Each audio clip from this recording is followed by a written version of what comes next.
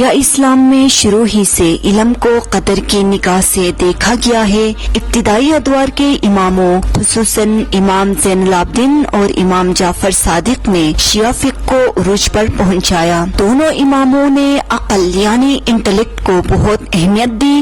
انہوں نے نہ صرف اپنے زمانے میں درسگاہیں قائم کیے بلکہ علم و فراست سے لیس فقہ، قانون و دیگر امور پر دسترس رکھنے والے سینکڑوں علماء پیدا کیے، یعنی ان کے زمانے میں علم و عقل کو ایک نئی جہت ملی۔ اس روایت کو برقرار رکھتے ہوئے مصر فتح کرنے کے بعد اسماعیلی امام معیز کے دور میں ان کے کمانڈر جوہر نے اپریل 970 عیسوی میں جامعہ الازہر کی بنیاد رکھی۔ یہ نہ صرف دنیائے اسلام بلکہ پورے دنیا کی پہلی یونیورسٹی بنی۔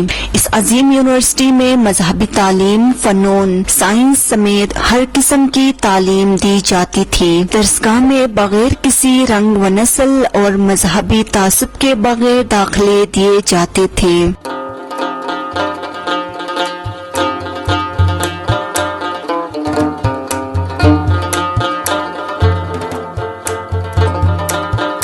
علمی و عقلی آبیاری کے لیے دنیا بھر سے فہم و فراست سے محبت رکھنے والے لوگ یہاں آتے تھے اور اپنے علمی پیاس بجھاتے تھے۔ جامعہ الازہر اپنے زمانے کا ایک عظیم تحقیقی ادارہ تھا۔ یہاں تمام مکاتب فکر سے تعلق رکھنے والے علماء، شعراء، محققین، فلاسفرز اور سائنسدان ریسرچ و دیگر علمی خدمات سر انجام دیتے تھے۔ کیونکہ اس عظیم یونیورسٹی اور اس کے سائنسدانوں کے ایجاد کردہ بہت کم چیزیں محفوظ ہو چکی ہیں، لیکن ان چیزوں کو دیکھ کر اب بھی انسان کا عقل دنگ رہ جاتا ہے۔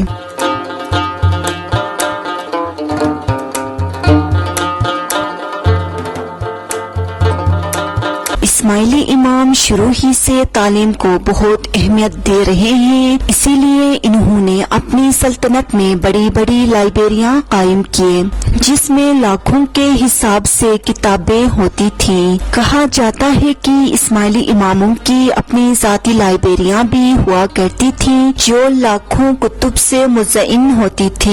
فاطمی دور میں ایک جدید اور منظم نظام حکومت تھی۔ جو بھی حکم یا فرمان جاری ہوتا تھا وہ باقاعدہ تحریری ہوتا تھا۔ دوسرے ممالک یا سلطنتوں سے خط و کتابت بھی باقاعدہ تحریر ہوا کرتا تھا۔ اس وقت کے خلیفہ کے احکامات کے نمونے اب تک محفوظ کیے گئے ہیں۔ اس علمی درسگاہ میں آرٹ اور کلچر پر بھی بہت زیادہ کام ہوا۔ فاطمی اماموں نے نہ صرف ایک خاص انداز میں سکے پرنٹ کرائے بلکہ جتنی بھی عمارتیں تعمیر کیے ان کو بھی آرٹ اور کلچر کے عظیم شاہکار میں تبدیل کیا، یعنی ان کی طرز تعمیر سے ہی اسماعیلی اماموں اور ان کے ساتھ کام کرنے والوں کی علمی و عقلی بلندیوں کا اندازہ لگایا جا سکتا ہے۔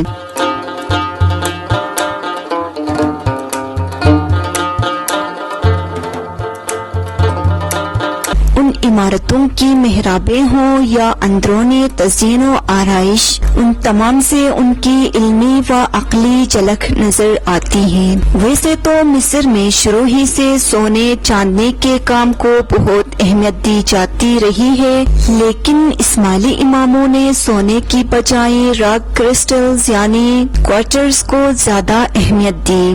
محققین کے مطابق سونے کی نسبت راک کرسٹلز کی قدر اتنی نہیں تھی، لیکن اسماعیلی اماموں نے اس کو سونے سے بھی قیمتی اور اہم درجہ دیا۔ نہ صرف عمارتوں کی تزئین و آرائش کے لیے اس کو استعمال کیا گیا بلکہ اس سے بہت خوبصورت برتن بھی بنائے گئے۔ اس دور میں نہ صرف سونا چاندی پر کام کیا گیا بلکہ گلاس، لوہے اور ووڈ کارونگ، لکڑی تراش کر مختلف نمونے بنانا کے ہنر کو بھی فروغ دیا۔ لیکن بہت افسوس کے ساتھ کہنا پڑتا ہے کہ سلطنت فاطمیہ کے زوال کے بعد ان تمام علمی خزانوں خصوصاً ضخیم لائبریریوں کو نظر آتش کیا گیا۔ ان برتنوں کو توڑ دیا گیا، لیکن چند برتن کسی طریقے سے یورپ کی میوزیم تک پہنچے اور محفوظ ہو گئے، اور اب تک وہ فاطمی سلطنت کی علمی و عقلی بلندیوں کی گواہی دے رہے ہیں۔ اسماعیلی اماموں نے علمی لحاظ سے بھی اب تک 3 سنہرے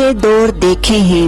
پہلا سنہری دور سلطنت فاطمیہ کا ہے، جس میں علم و عقل کو نئی جہت ملی۔ سائنس، فقہ اور فنون میں اس وقت کے اسکالرز نے عالمی شہرت حاصل کی۔ ان کی علمی کاوشوں سے نہ صرف مشرق بلکہ مغرب نے بھی استفادہ حاصل کیا۔ فاطمی دور میں سائنس پر بھی بہت زیادہ کام ہوا، لیکن وہ کام محفوظ نہیں ہو سکا۔ اس وقت کے مشہور سائنسدان ابن الہیثم تھے، جو نہ صرف سائنس پر عبوریت رکھتے تھے بلکہ وہ فلسفر، مصنف اور انجینئر بھی تھے۔ انہوں نے سائنس و دیگر موضوعات پر 200 سے زائد کتابیں لکھی۔ انہوں نے فاطمی امام الحاکم کو مصر میں اسوان ڈیم تعمیر کرنے کی تجویز دی۔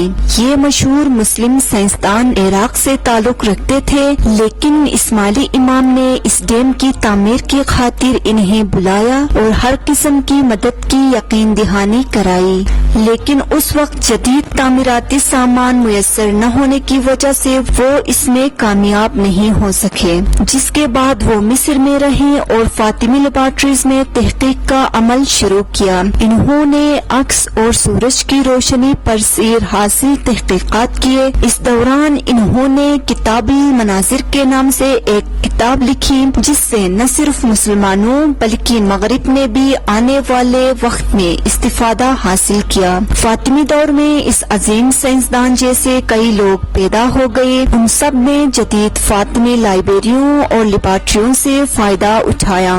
کہا جاتا ہے کہ فاطمی نے تعلیمی اداروں، لائبریریوں اور جدید لیبارٹریوں کا ایک اچھا نیٹ ورک بنایا تھا۔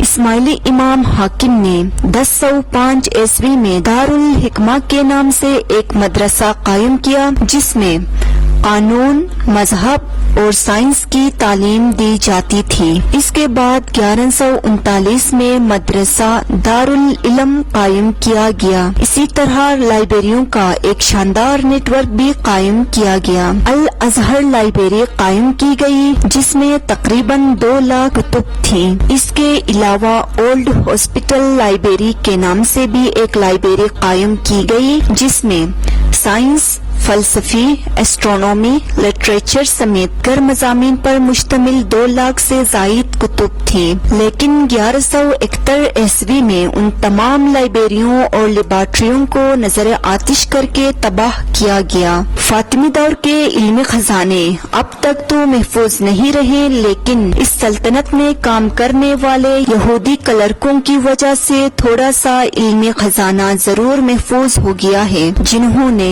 جانے یا انجانے میں وقتاً فوقتاً فاطمی اماموں کی جانب سے جاری فرامین، دیگر سلطنتوں سے ہونے والے ایگریمنٹس سمیت کئی اہم خط و کتابت کے نقول فسطاط میں قائم سینیگاگ کے تہخانے میں جمع کرتے رہے۔ یہ علمی خزانہ اس وقت ہاتھ آیا جب 1880 میں اس کی چھت گر گئی اور اس کی تعمیر نو کا کام شروع ہو گیا۔ کہا جاتا ہے کہ اس تہخانے سے ان نادر مسودوں سے بڑے تقریباً 3500 جبکہ راک کرسٹلز و دیگر سامان کے 17,000 باکسز مل گئے، اور یوں اس خزانے کو یورپ کے مختلف میوزیم میں محفوظ کیا گیا، جو آج تک اس عظیم سلطنت کی نشانی ہے۔ سلطنت فاطمیہ کی اکثر خدمات تو آگ کی نظر ہو گئی، لیکن جو باقیات رہیں، انہی باقیات نے ہی دنیا خصوصاً مغرب کو حیران کر دیا، اور یہی باقیات نے یورپ کی ترقی میں کیٹلسٹ کا کردار ادا کیا۔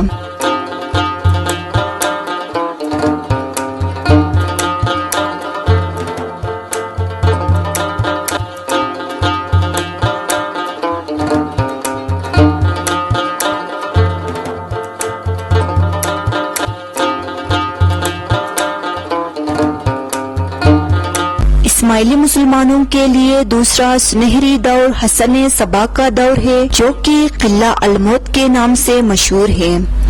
یہ دور اس وقت شروع ہوا جب اسماعیلی اماموں نے مصر کو چھوڑ کر خراساں کا رخ کر لیا۔ اس وقت کے اسماعیلی کمانڈر، سائنسدان اور فلاسفر حسن صبا نے البرز پہاڑی سلسلے میں قائم قلعہ یعنی قلعہ الموت کو اپنی زیر تسلط لایا۔ اس کے بعد اسماعیلی دائیوں نے یک کے بعد دیگر قلعے اپنی زیر تسلط لائے۔ اسی طرح شام سے ایران تک علمی اداروں کا قیام بھی عمل میں لایا گیا۔ خود قلعہ الموت، کوہستان اور شام میں اسماعیلی لائبریریاں قائم کی گئیں۔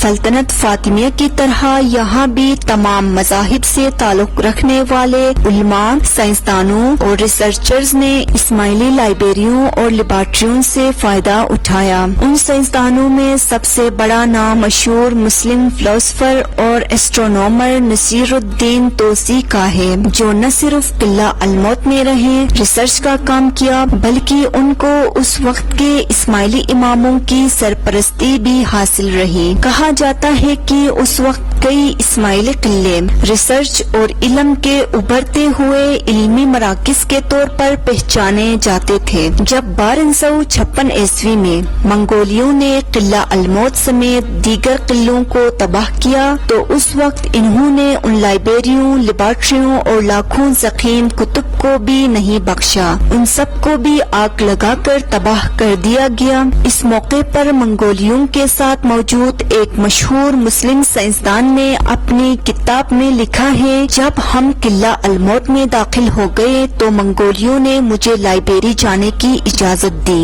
یہ مشہور مسلم سائنسدان اس ضخیم لائبریری کو دیکھ کر حیران رہ گیا۔ انہوں نے یہاں سے قرآن شریف کے نایاب نسخے اور چند کتب اٹھایا، جس کے بعد منگولیوں نے اس عظیم لائبریری کو نظر آتش کر دیا۔ اسی طرح انہوں نے دیگر قلعوں میں قائم لائبریریوں کو بھی آگ لگایا۔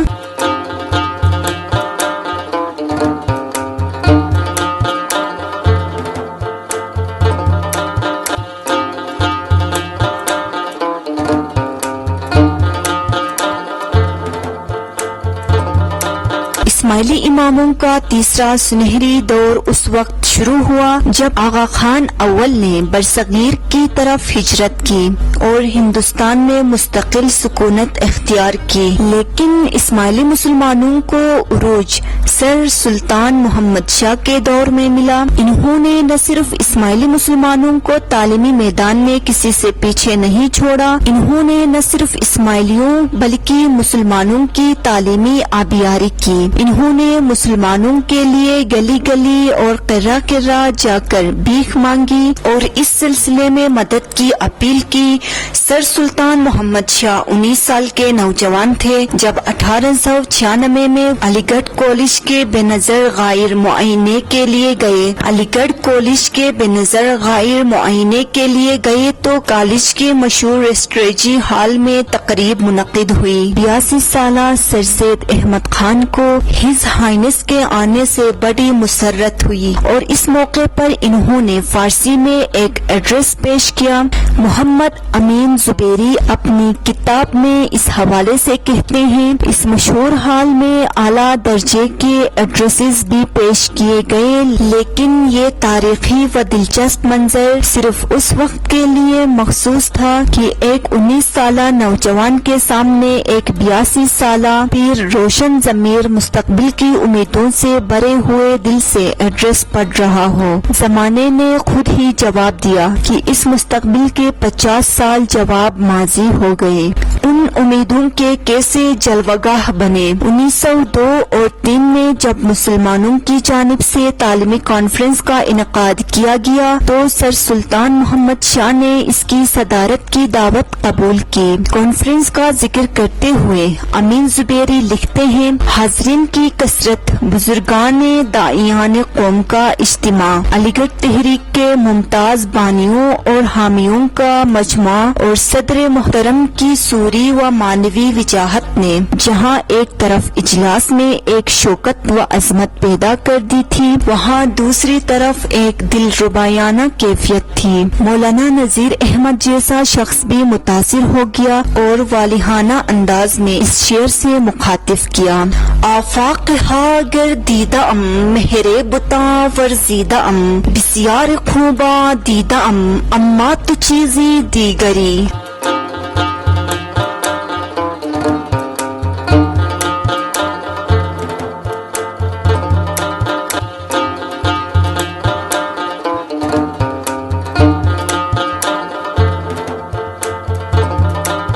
مجموعہ پر ایک کیفیت سی طاری ہو گئی۔ تقریباً 50 سال گزرنے پر بھی اس اجلاس کے دیکھنے والے جو زندہ ہیں، آج بھی ان کی آنکھوں میں وہ منظر پھر رہا ہے۔ اس کانفرنس سے خطاب کرتے ہوئے سر سلطان محمد شاہ نے مسلمانوں پر زور دیا کہ وہ اپنے بچوں اور بچیوں کو تعلیم کے زیور سے آراستہ کریں۔ وہ لڑکیوں کی تعلیم کے زیادہ حامی تھے۔ انہوں نے اس کانفرنس سے خطاب کرتے ہوئے کہا کہ مسلمانوں کے لیے ایک یونیورسٹی ایسی ہو کہ جہاں علوم جدیدہ کے علاوہ نوجوانوں کو یہ بھی بتلایا جائے ان کا زمانہ گزشتہ کیسا باعظمت تھا۔ علی گڑھ گویا مسلمانوں کا ایکسفورڈ بنایا جائے کہ جہاں لائق ترین مسلمان طلباء بھیجے جائیں۔ انہوں نے علی گڑھ یونیورسٹی پر آنے والے ممکنہ اخراجات کا ذکر کرتے ہوئے کہا کہ جس رقم کی ہم استطاعت کرتے ہیں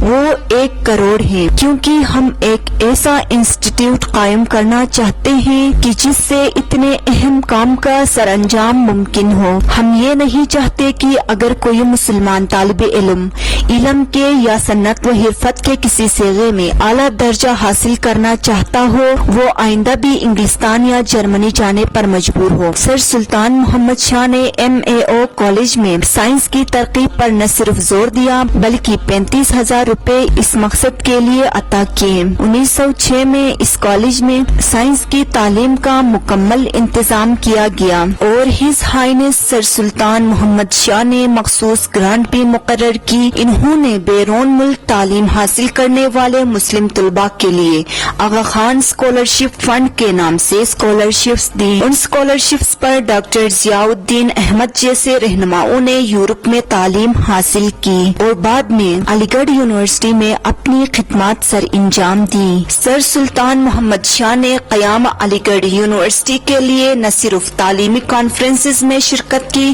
بلکہ ہندوستان کے کونے کونے جا کر چندہ جمع کیا۔ اس سلسلے میں مولانا شبلی نعمانی لکھتے ہیں کہ حکومت انگریزوں کی ابتدائی تاریخ سے آج تک مسلمانوں نے کبھی ایسی بلند ہمتی کا اظہار نہیں کیا جو ایک یگانہ قوم ہز ہائنس سر آغا خان کی ذات سے وجود میں آئی۔ محمدن یونیورسٹی ایک خواب تھا جو گو نہایت خوشگوار اور شیرین تھا لیکن پھر بھی خواب تھا۔ ہز ہائنس موصوف نے اس کی تعبیر بتائی، اس کی تعبیر نہ صرف بتائی بلکہ اسے کر کے بھی دکھایا۔ 6 کروڑ مسلمان اس کام کو انجام نہیں دے سکے تھے جو ایک ذات واحد نے سر انجام دیا۔ خدا کرے وہ دن آئے کہ علی گڑھ میں مسلمان فیلوشپ نظر آئے، مسلمان تعلیمی سکیم بنائے، مسلمان نصاب تعلیم تجویز کریں، فیلوشپ کی امیدواریاں ہوں، مسابقت ہو، دونوں کی کشمکش ہو اور فریق و جج دونوں ہم ہو۔ مولانا شبلی نعمانی کی ان حسرتوں کی تکمیل کی خاطر سر سلطان محمد شاہ نے ہندوستان کے کونے کونے میں علی گڑھ یونیورسٹی کے قیام کے لیے امداد کی بھیک مانگی۔